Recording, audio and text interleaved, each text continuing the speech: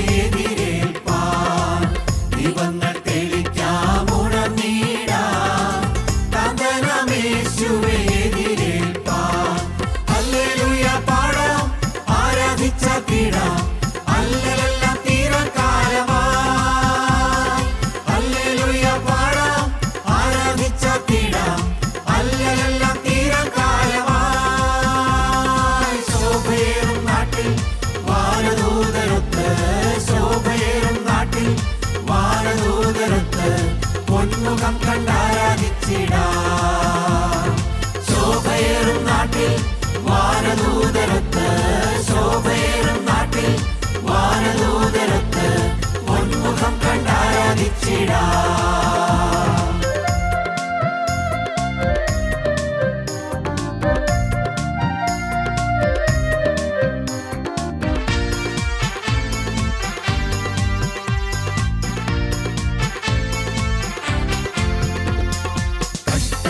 വീടേ ദുഃഖമങ്ങില്ല രോഗമില്ല വീടേ മരണമങ്ങില്ല കഷ്ടമില്ല വീടേ ദുഃഖമങ്ങില്ല രോഗമില്ല വീടേ മരണമങ്ങില്ല hallelujah പാടാം ആരാധിച്ചാത്തിടാം അല്ലെല്ലാം തീരകാലമായി hallelujah പാടാം ആരാധിച്ചാത്തിടാം അല്ലെല്ലാം തീരകാലമായി വാനദൂതരത്ത് ശോഭയേറും നാട്ടിൽ വാനദൂതരത്ത് പൊന്മുഖം കണ്ടാരാധിച്ചിടാം ശോഭയേറും നാട്ടിൽ വാനദൂതരത്ത് ശോഭയേറും നാട്ടിൽ വാനദൂതരത്ത് പൊന്മുഖം കണ്ടാരാധിച്ചിടാം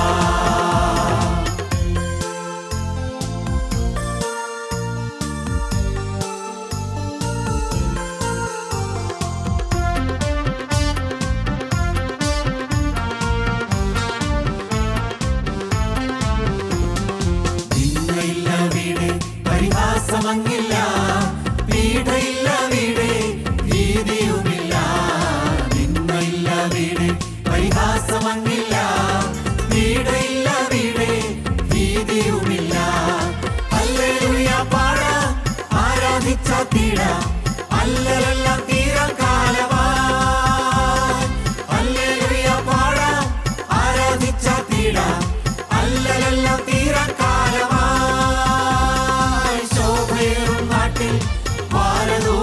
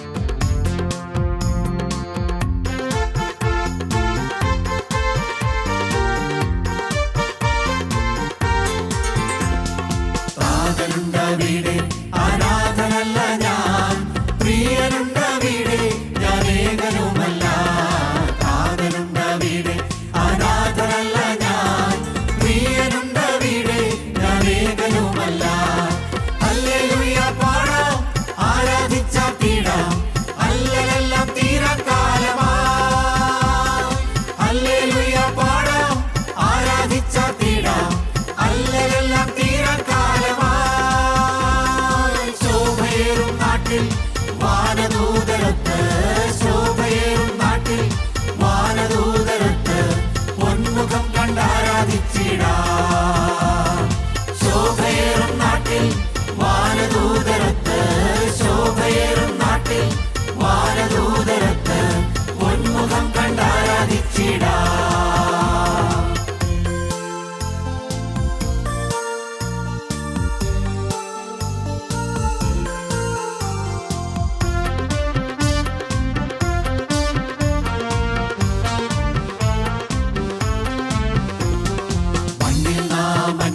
പരദേശിയാണല്ലോ വിണ്ണിൽ നാം ധന്യ സ്വർവീട്ടിലാണല്ലോ. മണ്ണിൽ നാം അന്യ പരദേശിയാണല്ലോ വിണ്ണിൽ നാം ധന്യ സ്വർവീട്ടിലാണല്ലോ. ഹല്ലേലൂയ പാടാം ആരാധിച്ചാർത്തിടാം അല്ലലെല്ലാം തീരക്കാലമായി. ഹല്ലേലൂയ പാടാം ആരാധിച്ചാർത്തിടാം അല്ലലെല്ലാം തീരക്കാലമായി. ശോഭയേറും നാട്ടിൽ വാനദൂതരത്ത് ശോഭയേറും നാട്ടിൽ വാനദൂതരത്ത് പൊന്മുഖം കണ്ടാരാധിച്ചിടാം. ശോഭയേറും നാട്ടിൽ വാനദൂതരത്ത് ശോഭയേറും നാട്ടിൽ വാനദൂതരത്ത് പൊന്മുഖം കണ്ടാരാധിച്ചിടാം.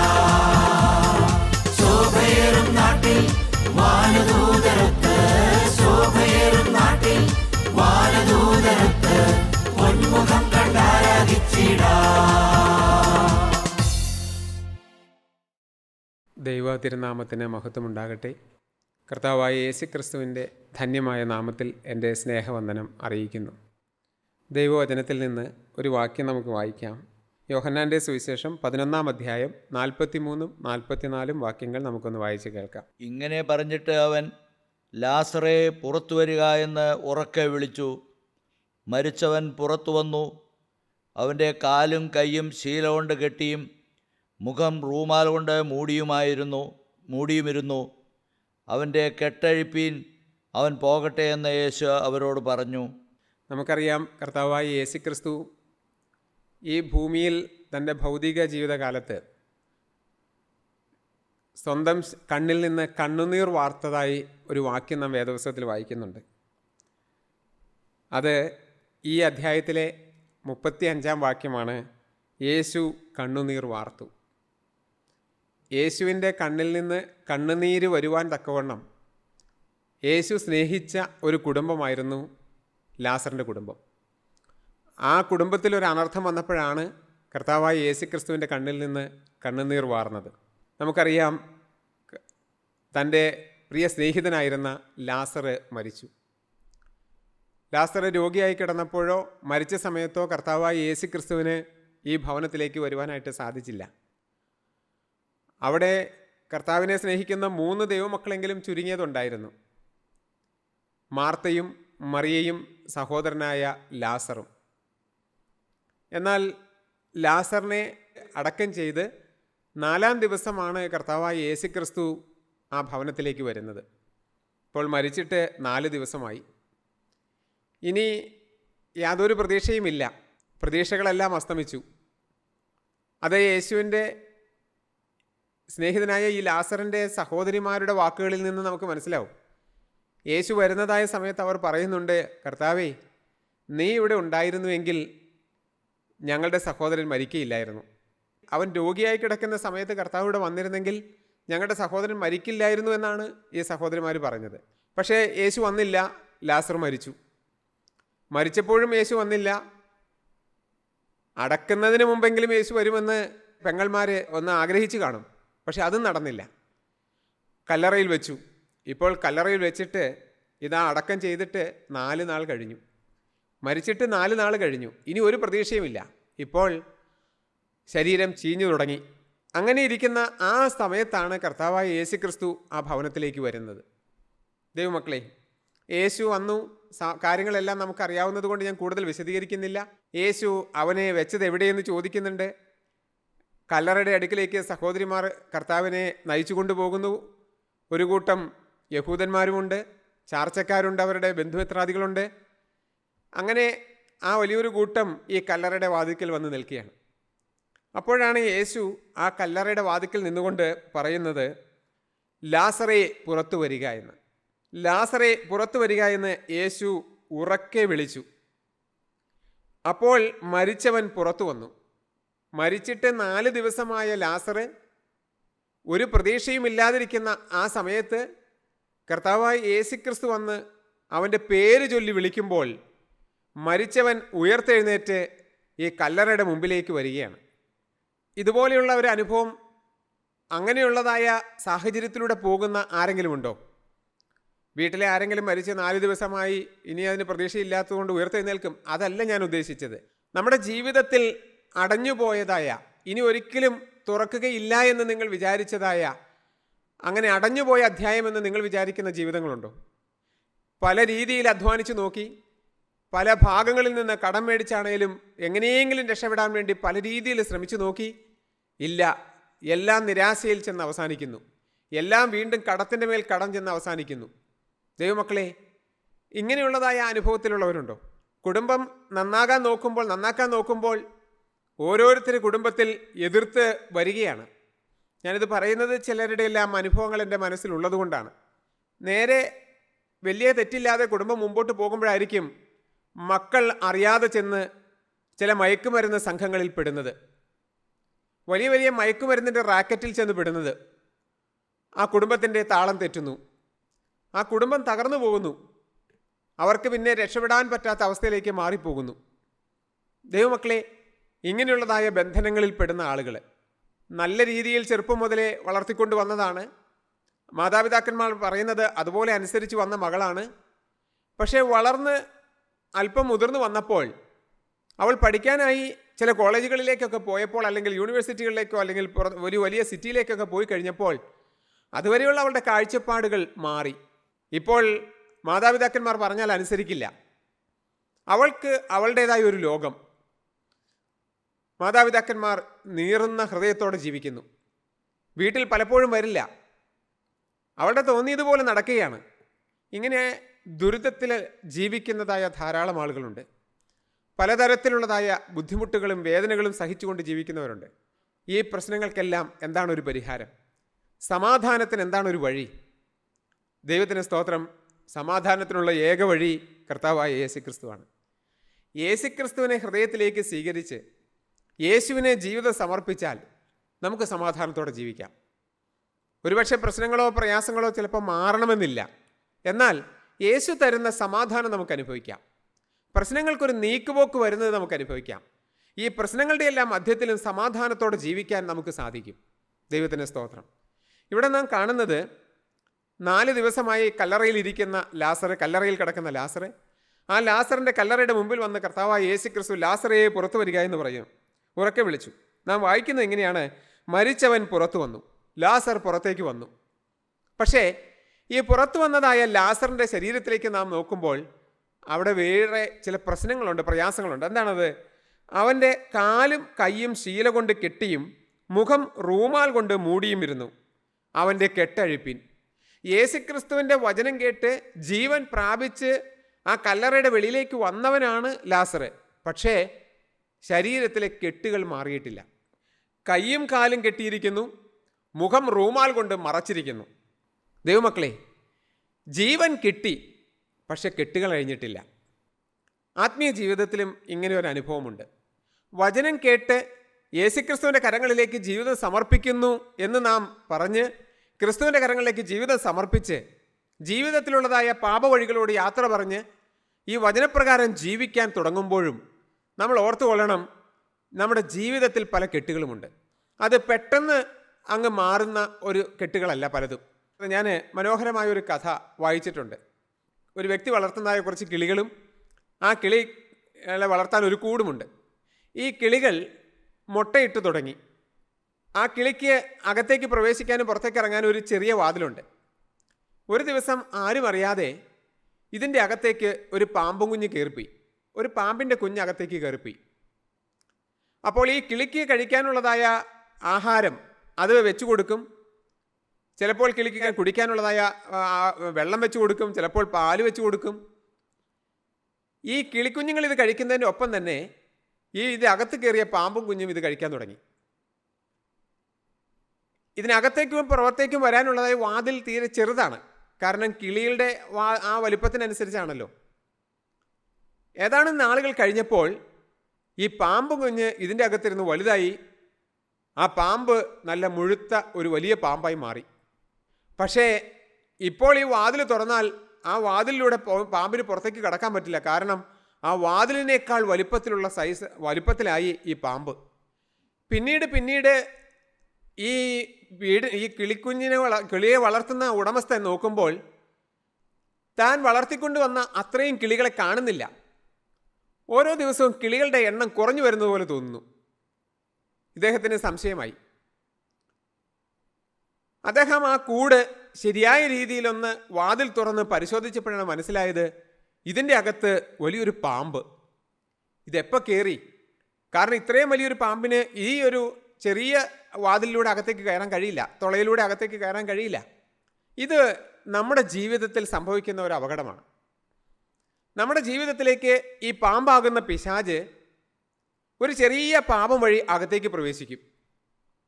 ഒരു നുണ വഴി, ഒരു തരുതാത്ത നോട്ടം വഴി, ഒരു ചിന്ത വഴി, ഇങ്ങനെയെല്ലാമാണ് മനുഷ്യ ശരീരത്തിലേക്ക്, മനുഷ്യൻ്റെ ഉള്ളിലേക്ക് ഈ പാമ്പ് കടന്നു വരുന്നത്, പിശാച് കടന്നു വരുന്നത്.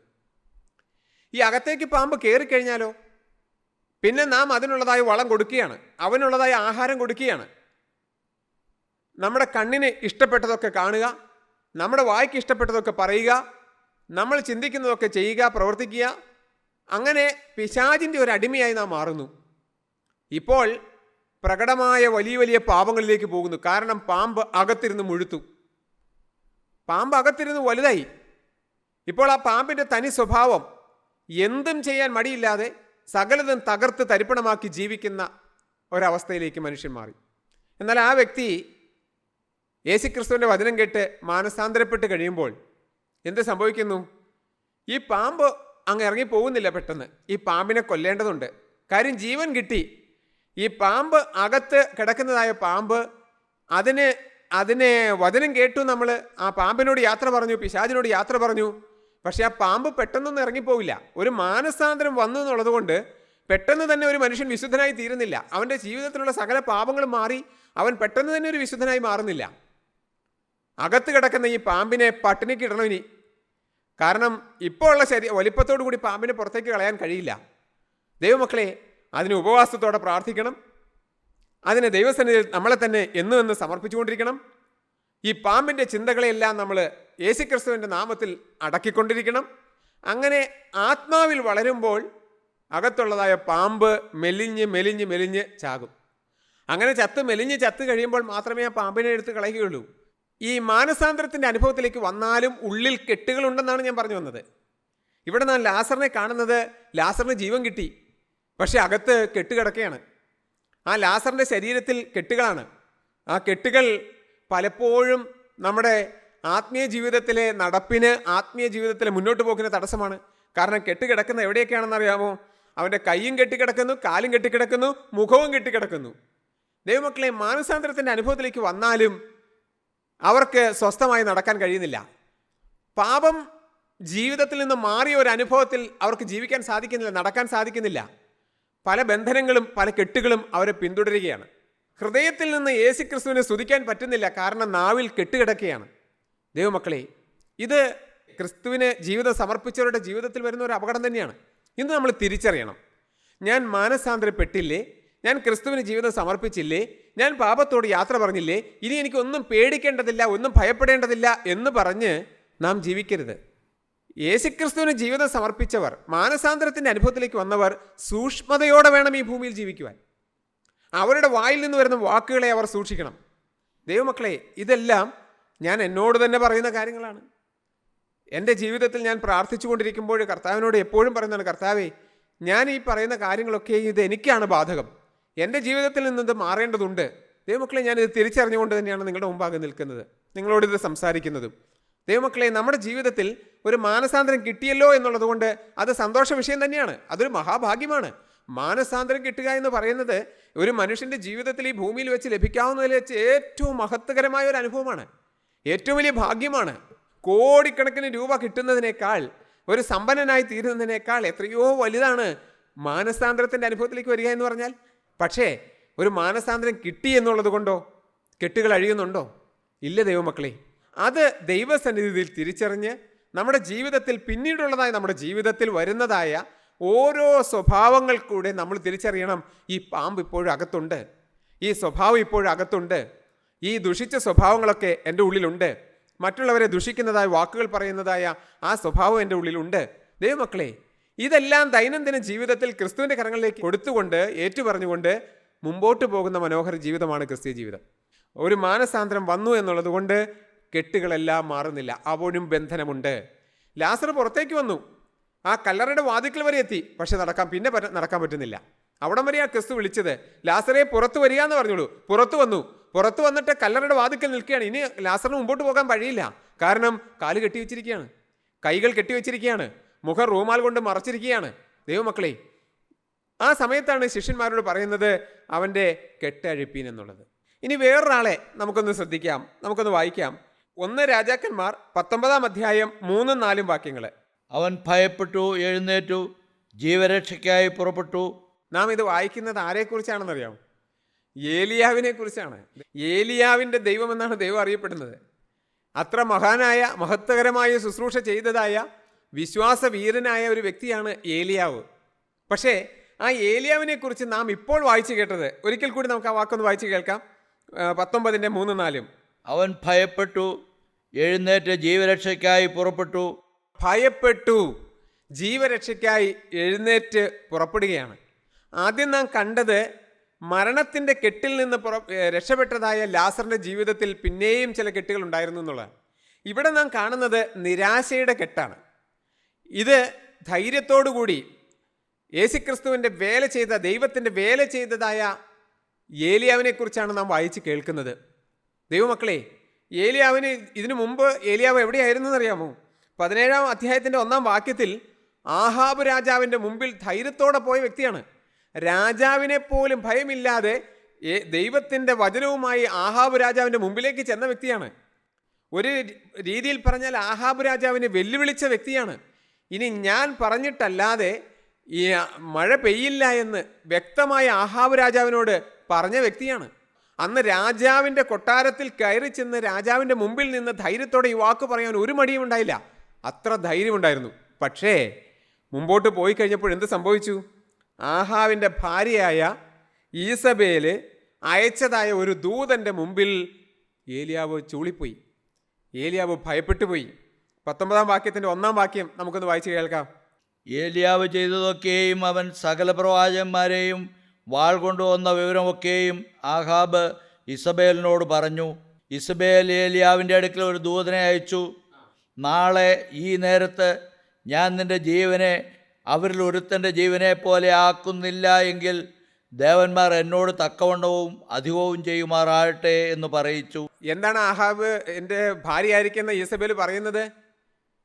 ആ ഏലിയാവ് ആഹാബിൻ്റെ മുമ്പിൽ ചെന്ന് വെല്ലുവിളിച്ച് ദൈവത്തിൻ്റെ വചനപ്രകാരമുള്ള അത്ഭുതങ്ങൾ ചെയ്ത് ഈസബേലിൻ്റെ ബാൽ വിഗ്രഹത്തെ ആരാധിക്കുന്നതായ പ്രവാചകന്മാരെ കൊന്നു.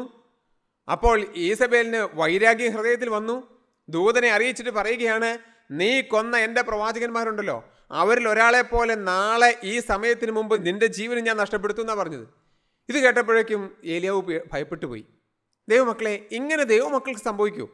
എത്ര മഹത്വകരമായ ശുശ്രൂഷ ചെയ്തൊരു വ്യക്തിയാണ്, എത്ര തേജസ്സിൻ്റെ ശുശ്രൂഷ ചെയ്ത വ്യക്തിയാണ്. രാജകൊട്ടാരത്തിലേക്ക് പോലും പോയി രാജാവിനെ പോലും വെല്ലുവിളിക്കാൻ, ദൈവത്തിൻ്റെ വചനം പറയാൻ മടിയില്ലാതിരുന്ന ഒരു വ്യക്തിയാണ് ഇപ്പോൾ കേവലം ഒരു സ്ത്രീയുടെ മുമ്പിൽ ചൂളിപ്പോയി നിരാശപ്പെട്ടു പോയി. നിരാശയുടെ കെട്ട് ദൈവമക്കളെ മനുഷ്യ ജീവിതത്തിൽ സംഭവിക്കുന്നതാണ്. വിശ്വാസികളുടെ ജീവിതത്തിൽ സംഭവിക്കാൻ സാധ്യതയുള്ളതായ ഒരു അപകടമാണ്. സംഭവിക്കണമെന്നില്ല, പക്ഷേ സംഭവിക്കാൻ സാധ്യതയുള്ള ഒരു അപകടമാണിത്. നാം തേജസ്സോടുകൂടി ദൈവത്തിൻ്റെ വചനവുമായി നിൽക്കുമ്പോൾ, നാം തേജസ്സോടുകൂടി കർത്താവിൻ്റെ ശുശ്രൂഷയ്ക്കായി മുമ്പോട്ട് പോകുമ്പോൾ, യേശുക്രിസ്തുവിൻ്റെ കരങ്ങളിലേക്ക് ജീവിതം സമർപ്പിച്ച് ഒരു നല്ല ശക്തമായ തീഷ്ണതയോടുകൂടി കർത്താവിൻ്റെ വേല ചെയ്ത് മുമ്പോട്ട് പോകുമ്പോൾ മനുഷ്യരുടെ ഇടയിൽ സംഭവിക്കാൻ സാധ്യതയുള്ളതായ ഒരു അപകടമാണ് ഈ നിരാശയുടെ കെട്ട്. ഒരു പക്ഷേ നമ്മൾ വിചാരിക്കാത്തതായ ചില സംഭവങ്ങൾ കൂട്ടായ്മയിലോ കുടുംബത്തിലോ വ്യക്തിജീവിതത്തിലോ സംഭവിക്കുമ്പോൾ, നമ്മൾ പ്രതീക്ഷിക്കാത്ത ചില കാര്യങ്ങൾ നമ്മുടെ വ്യക്തിജീവിതത്തിൽ സംഭവിക്കുമ്പോൾ മനുഷ്യൻ നിരാശയിലേക്ക് പോയെന്ന് വരാം. ദൈവമക്കളെ, ഇങ്ങനെ ഒരു അപകടം നമ്മുടെ ജീവിതത്തിലുണ്ട്. ദൈവമക്കളെ, ഇതിനൊരു പരിഹാരം വേണ്ടേ? ഇങ്ങനെയൊരു നിരാശയുടെ കെട്ടിലേക്ക് ഈ ഏലിയാവ് പോയപ്പോൾ എന്താണ് സംഭവിച്ചത്? നമുക്ക് വായിക്കാം 19-ാം അധ്യായത്തിൻ്റെ 6, 7, 8 വാക്യങ്ങൾ. അവൻ ഉണർന്നു നോക്കിയപ്പോൾ കനലിന്മേൽ ചുട്ട ഒരടയും ഒരു തുരുത്തി വെള്ളവും തലയ്ക്കലിരിക്കുന്നത് കണ്ടു. അവൻ തിന്നുകുടിച്ചു, പിന്നെയും കിടന്നുറങ്ങി. യഹോവയുടെ ദൂതൻ 2-ാം പ്രാവശ്യം വന്ന് അവനെ തട്ടി, എഴുന്നേറ്റ് തിന്നുക, നിനക്ക് ദൂരയാത്ര ചെയ്യുവാനുണ്ടല്ലോ എന്ന് പറഞ്ഞു. അവൻ എഴുന്നേറ്റ് തിന്നു കുടിച്ചു. ആ ആഹാരത്തിൻ്റെ ബലം കൊണ്ട് 40 പകലും 40 രാവും ദൈവത്തിൻ്റെ പർവ്വതമായ ഹോരേബോളം നടന്നു. ദൈവത്തിന് ജീവിതം സമർപ്പിച്ചവരുടെ ജീവിതം അത് തകർന്നു പോകുവാൻ ദൈവം സമ്മതിക്കില്ല. ഞാൻ വിശ്വാസത്തിൽ നിൽക്കുമെന്ന് ഉറപ്പുണ്ടെങ്കിൽ, ഞാൻ തകർന്നു പോകാൻ താല്പര്യമില്ല, എനിക്ക് എൻ്റെ യേശുവിനോട് കൂടെ തന്നെ മുമ്പോട്ട് പോകണമെന്നുള്ള ആഗ്രഹമുള്ളവർക്ക്, ആ വിശ്വാസത്തിൽ മുന്നോട്ട് വരുന്നവർക്ക് താങ്ങായി ദൈവം കൂടെയുണ്ട്, യേശു കൂടെയുണ്ട്. എന്ത് സംഭവിച്ചു? ദൈവം ദൂതനെ അയച്ച് ആഹാരം കൊടുക്കുകയാണ്. നാം വായിക്കുന്ന ആ ആഹാരത്തിൻ്റെ ശക്തിയിൽ 40 രാവും 40 പകലും യാത്ര ചെയ്യുകയാണ്, ഓടുകയാണ്. ദൈവമക്കളെ, പിന്നീട് നാം കാണുന്നത് എന്താണെന്നറിയാമോ? ഈ ഏലിയാവിൻ്റെ ശുശ്രൂഷ തീർന്നു പോയില്ല, അവിടം കൊണ്ട് നിന്നുപോയില്ല. ആ നിരാശപ്പെട്ട് കിടന്നപ്പോൾ, ഭയപ്പെട്ടു പോയപ്പോൾ, ഓടിയപ്പോൾ തീർന്നു പോയില്ല. അവിടെ നിന്ന് നാം കാണുന്നുണ്ട്, ഈ ആഹാരത്തിൻ്റെ ശക്തിയിൽ പിന്നെയും നടക്കുമ്പോൾ, പിന്നെയും മുമ്പോട്ട് ഓടുന്നു. ദൈവത്തിൻ്റെ വേലയ്ക്കായി വീണ്ടും ദൈവം ചില ശുശ്രൂഷകൾ ഏൽപ്പിക്കുന്നു. ഹസായേലിനെ അരാമിന് രാജാവായി അഭിഷേകം ചെയ്യുന്നു. യേഹുവിനെ ഇസ്രായേലിന് രാജാവായിട്ട് അഭിഷേകം ചെയ്യുന്നു. ഏലീശ പ്രവാചകനെ തനിക്ക് ശേഷമുള്ള പ്രവാചകനാക്കി മാറ്റുന്നു. ദൈവമക്കളെ, ഇനിയും ശുശ്രൂഷകൾ ദൈവം ഏൽപ്പിക്കുകയാണ്. ദൈവത്തിന് സ്തോത്രം. നമ്മളൊന്ന് ചിന്തിച്ച് നോക്കണേ. നമ്മുടെ ജീവിതത്തിൽ നിരാശ വരാറുണ്ടോ? നമ്മുടെ ജീവിതത്തിൽ ഇതുപോലെയുള്ള കെട്ടുകൾ വരാറുണ്ടോ? നമ്മുടെ സ്തുതി നിന്നു പോകാറുണ്ടോ? നാം സൂക്ഷിച്ചു നോക്കണം, എവിടെ എന്തു പറ്റി. നമ്മൾ ശത്രുവിൻ്റെ ഭീഷണിയെങ്കിൽ ഭയപ്പെട്ടു പോകുന്നുണ്ടോ? ഈ ലോകത്തുള്ളതായ ശത്രുവാകുന്ന പിശാചിൻ്റെ ഭീഷണികൾക്ക്, അത് ചിലപ്പോൾ മനുഷ്യരുടെ വായിൽ നിന്ന് വരുന്നതാകാം, അല്ല ചില ഉന്നത സ്ഥാനങ്ങളിൽ നിന്ന് വരുന്നതാകാം, അല്ല നമ്മുടെ കുടുംബത്തിൽ തന്നെ, ചിലപ്പോൾ നമ്മുടെ വീട്ടുകാരിൽ നിന്ന് തന്നെയാകാം. നിരാശയുടെ വാക്കുകൾ, ഭയപ്പെടുത്തുന്നതായ വാക്കുകൾ, നമുക്ക് നേരെ വരുന്നതായ പല എതിർപ്പുകൾ. ദൈവമക്കളെ, നമ്മൾ ഒട്ടും പ്രതീക്ഷിക്കാതെ നമ്മുടെ ജീവിതത്തിൽ സംഭവിക്കുന്നതായ ചില പ്രശ്നങ്ങൾ, ഇതിലൂടെയെല്ലാം നമ്മൾ തകർന്നു പോകാറുണ്ടോ? തളരരുത് ദൈവമക്കളെ. ദൈവത്തിന് സ്തോത്രം. ബലപ്പെടുത്തുന്ന ഒരു ദൈവമുണ്ട്, കെട്ടുകൾ അഴിച്ചു തരുന്ന ഒരു ദൈവമുണ്ട്, നിരാശ മാറ്റിത്തരുന്ന ഒരു ദൈവമുണ്ട്. ആ ദൈവത്തിൻ്റെ കരങ്ങളിലേക്ക് നമ്മുടെ ജീവിതത്തെ വീണ്ടും സമർപ്പിക്കുമ്പോൾ കർത്താവായ യേശു ക്രിസ്തു നമ്മെ മനോഹരമായി വഴി നടത്തും. ഇനിയും നമ്മിൽ കൂടി അനേക ശുശ്രൂഷകൾ സ്വർഗത്തിലെ ദൈവം ചെയ്തു തരും, നടത്തിത്തരും. ഞാനൊന്ന് ചോദിച്ചോട്ടെ, നിരാശപ്പെട്ട് കിടക്കുന്ന ആരെങ്കിലും ഉണ്ടോ? എൻ്റെ ഭാവി തീർന്നുപോയി എന്നോർത്ത് നിരാശപ്പെട്ട് കിടക്കുന്നവർ ആരെങ്കിലും ഉണ്ടോ? ഇന്ന് നമ്മുടെ ജീവിതം, ഈ സമയം, ഇപ്പോൾ തന്നെ യേശു ക്രിസ്തുവിൻ്റെ കരങ്ങളിലേക്ക് കൊടുക്കാം. വന്നതെല്ലാം വന്നു, ഇതുവരെ കഴിഞ്ഞു പോയതെല്ലാം കഴിഞ്ഞു പോയി കർത്താവേ. എന്നാൽ ഇന്ന് ഞാൻ എൻ്റെ ജീവിതം നിൻ്റെ കരങ്ങളിലേക്ക് സമർപ്പിക്കുന്നു കർത്താവേ. ഇനി ഞാൻ ഒരിക്കലും പിന്മാറുകയില്ല. ഞാൻ എൻ്റെ നിൻ്റെ കരങ്ങളിലേക്ക് എൻ്റെ ജീവിതത്തെ സമർപ്പിച്ച് അന്ത്യത്തോളം കർത്താവേ, എനിക്ക് ആയുസ്സുള്ള കാലത്തോളം, ഞാൻ ഈ ഭൂമിയിൽ നിന്ന് കടന്നു പോകുന്ന സമയം വരെയും കർത്താവേ, നിൻ്റെ സന്നിധിയിൽ നിഷ്കളങ്കനായി വിശ്വാസത്തോടെ നിൽക്കുമെന്നുള്ളതായ ഒരു സമർപ്പണം നിങ്ങൾക്ക് എടുക്കാമോ? യേശുവിനോടൊരു വാക്ക് പറയാമോ? എൻ്റെ പാപങ്ങൾക്ക് വേണ്ടി കാൽവരി കുരിശിന്മേൽ മരിച്ച് അവസാന തുള്ളി രക്തം വരെയും എനിക്ക് വേണ്ടി ഒഴുക്കിയ എൻ്റെ പ്രാണപ്രിയനായ യേശുവേ, ഞാൻ ഇന്നു മുതൽ നിൻ്റെ വക. ഇന്ന് ഞാൻ എൻ്റെ ജീവിതം നിൻ്റെ കരങ്ങളിലേക്ക് വീണ്ടും സമർപ്പിക്കുന്നു കർത്താവേ. ഏലിയാവിനെ ബലപ്പെടുത്തിയതുപോലെ, ദൈവത്തിന് നന്ദിയോടെ സ്തോത്രം, ലാസറിനെ ഉയർത്തെഴുന്നേൽപ്പിച്ച് കെട്ടുകൾ അഴിച്ച് സ്വതന്ത്രനാക്കിയതുപോലെ അടിയൻ്റെ ജീവിതത്തെയും അവിടുന്ന് ഏറ്റെടുക്കണമേ. നിരാശകൾ മാറ്റണമേ കർത്താവേ. നിൻ്റെ കരങ്ങളിലേക്ക് ജീവിതം സമർപ്പിച്ച ഓരോരുത്തരെയും അവിടുന്ന് ഏറ്റെടുക്കണമേ. നിരാശയിൽ നിന്ന് വിടുവിക്കണമേ, ജീവിതഭാരങ്ങളിൽ നിന്ന് വിടുവിക്കണമേ. അന്ത്യത്തോളം നിൻ്റെ സാക്ഷിയായി ജീവിപ്പാൻ അവർക്ക് ഭാഗ്യം നൽകണമേ. ഇത്രത്തോളം ഞങ്ങളെ സഹായിച്ചതിനായി സ്തോത്രം. എല്ലാ കൃപകൾക്കുമായി സ്തോത്രം. എല്ലാം യേശു ക്രിസ്തുവിൻ്റെ അതിപരിശുദ്ധമായ നാമത്തിൽ അടിയങ്ങൾ ചോദിക്കുന്നു. കൃപയോടെ കേട്ട് ഉത്തരമരുളുമാറാകണമേ. ആമീൻ.